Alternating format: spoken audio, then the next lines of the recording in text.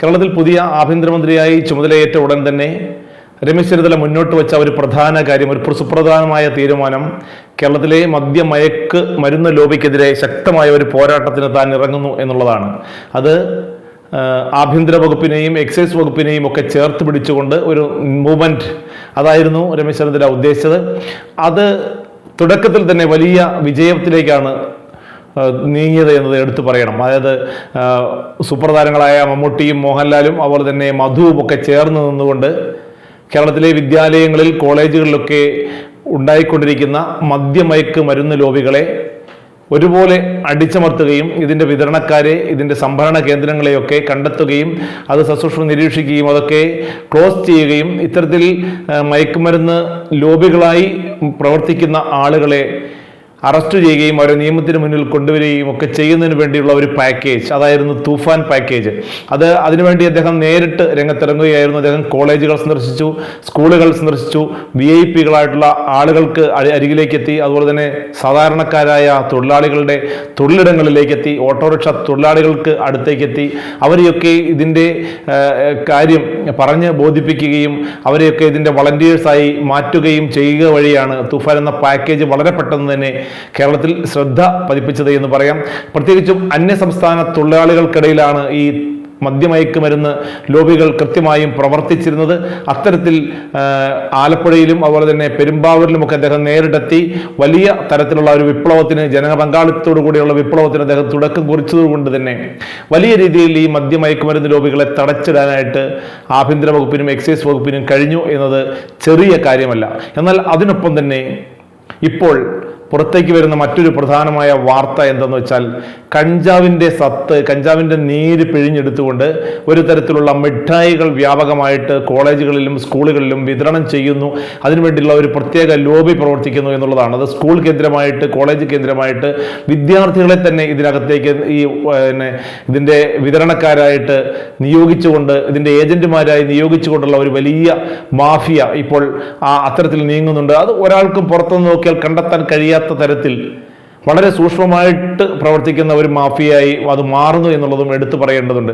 സ്കൂളുകളുടെയും കോളേജുകളുടെയും അടുത്തുള്ള ചില വ്യാപാര കേന്ദ്രങ്ങളാണ് ഇതിന് മുന്നിൽ പ്രവർത്തിക്കുന്നത് എന്നതും ഈ അടുത്ത ദിവസങ്ങളിൽ കണ്ടെത്തിയ ഒരു കാര്യമാണ്. അതായത് ഈ മിഠായികൾ കഴിക്കുന്ന ഈ കഞ്ചാവിൻ്റെ നീര് എടുത്ത് മിഠായിക്കകത്തേക്ക് നിറച്ചുകൊണ്ടുള്ള ഈ കഞ്ചാവ് മിഠായി ഉപയോഗിക്കുന്ന കുട്ടികൾ വളരെ സന്തോഷവാന്മാരും വളരെ പെട്ടെന്ന് ചിരിക്കുന്നവരുമൊക്കെയായി മാറുന്നു എന്നുള്ളതാണ് എടുത്തു പറയേണ്ട ഇതിൻ്റെ പ്രധാനമായ ലക്ഷണങ്ങൾ. അതായത് വളരെ ശാന്തരായിരിക്കുന്ന കുട്ടികൾ പെട്ടെന്ന് ചിരിക്കുകയും അവർക്ക് സന്തോഷം വരികയും അവർ ആഹ്ലാദത്തിൽ ആറാടുകയും ഒക്കെ ചെയ്യുന്ന ഒരു പ്രവൃത്തിയാണ് ഇപ്പോൾ ഈ മിഠായി കഴിക്കുന്നത് കൊണ്ടുണ്ടാകുന്നത്.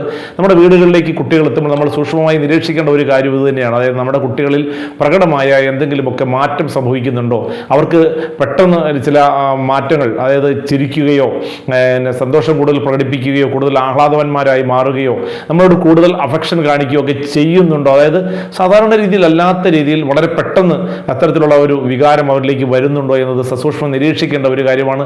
മറ്റൊന്ന്, ഇവർ ഡിപ്രഷന് കീഴ്പ്പെടുന്നു എന്നുള്ളതാണ്. ഇത്തരത്തിൽ ഈ കഞ്ചാവ് മിഠായികൾ കഴിക്കുന്ന കുട്ടികൾ ഡിപ്രഷനിലേക്ക് വഴുതി മാറുന്നു എന്നതും എടുത്തു പറയേണ്ട കാര്യമാണ്. അപ്പോൾ നമ്മൾ അധ്യാപകർ, വീട്ടിൽ ഉള്ള ആളുകളൊക്കെയാണ് തീർച്ചയായിട്ടും ഇത് സസൂക്ഷ്മം നിരീക്ഷിക്കേണ്ടത്. അല്ലാതെ എക്സൈസിനോ പോലീസിനോ കണ്ടെത്താൻ കഴിയുന്നതിനും അപ്പുറത്താണ് ഈ മിഠായിയുടെ എഫക്റ്റ് എന്നത് എടുത്തു പറയണം. കാരണം അത്രമാത്രം അവരുമായിട്ട് അടുത്ത് നിൽക്കുന്നവർക്ക്, അവരുമായിട്ട് ഇടപഴകുന്നവർക്ക് മാത്രമേ ഇതിൻ്റെ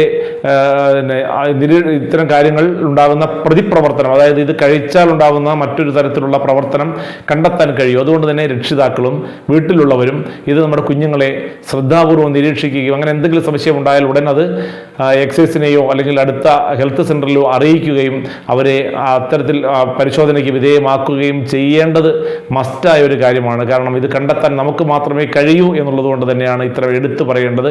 മറ്റൊന്ന്, കഴിഞ്ഞ ദിവസങ്ങളിലൊക്കെ ഇത് ഏറ്റവും കൂടുതൽ ഇപ്പോൾ 250ഓളം വിദ്യാർത്ഥികൾ കോട്ടയത്ത് തന്നെ ഇത്തരത്തിൽ കഞ്ചാവ് മിഠായി ഉപയോഗിക്കുന്നതായി കണ്ടെത്തുകയും അവരെ പിടികൂടുകയും അവരുടെ സോഴ്സ് അന്വേഷണം നടത്തുകയും ഒക്കെ ചെയ്തുകൊണ്ടിരിക്കുകയാണ് എക്സൈസും ആഭ്യന്തര വകുപ്പും ചേർന്നുകൊണ്ട് എന്നത് എടുത്തു പറയണം.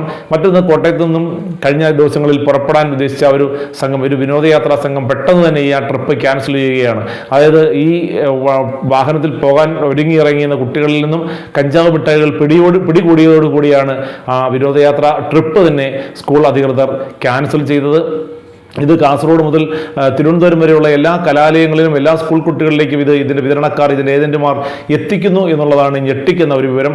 ഒരു ഭാഗത്ത് ഇത്തരത്തിലുള്ള മദ്യത്തിനും മയക്കുമരുന്നിനുമെതിരെ സർക്കാരിൻ്റെ ഒരു പോരാട്ടം നടക്കുമ്പോൾ തന്നെ ഇത്തരം ലോബികൾ നമ്മുടെ നാട്ടുകാരുടെ, നമ്മുടെ കടക്കാരുടെയൊക്കെ സഹായത്തോടു കൂടി ഇത്തരത്തിലുള്ള ലോബികൾ പ്രവർത്തിക്കുന്നു. ഒരുപക്ഷെ കടക്കാർക്ക് ഇതിൻ്റെ സൈഡ് എഫക്റ്റോ ഇതിൻ്റെ ആഫ്റ്റർ എഫക്റ്റോ അറിയുന്നവരായിരിക്കില്ല. കാരണം ഒരു മിഠായി പാക്കറ്റിൽ വരുമ്പോൾ അവർ സ്വാഭാവികമായിട്ടും അത് എടുത്ത് കച്ചവടം ചെയ്യും. അതിന് കൂടുതൽ ആവശ്യക്കാരുണ്ടാകുമ്പോൾ അത് കൂടുതലായിട്ട് കൊണ്ടുവരികയും കൂടുതലായി വിതരണം ചെയ്യുകയും ചെയ്യും. ഇതിനകത്ത് കഞ്ചാവ് ഒളിപ്പിച്ചു വെച്ചിട്ടുണ്ടെന്നോ കഞ്ചാവിൻ്റെ സത്ത് ഉള്ള മിഠായിയാണെന്നോ ഒരുപക്ഷെ ഇതിൻ്റെ കച്ചവടക്കാർക്ക് അറിയില്ല എന്നുള്ളതാണ് ഏറ്റവും ഞെട്ടിക്കുന്ന കാര്യം.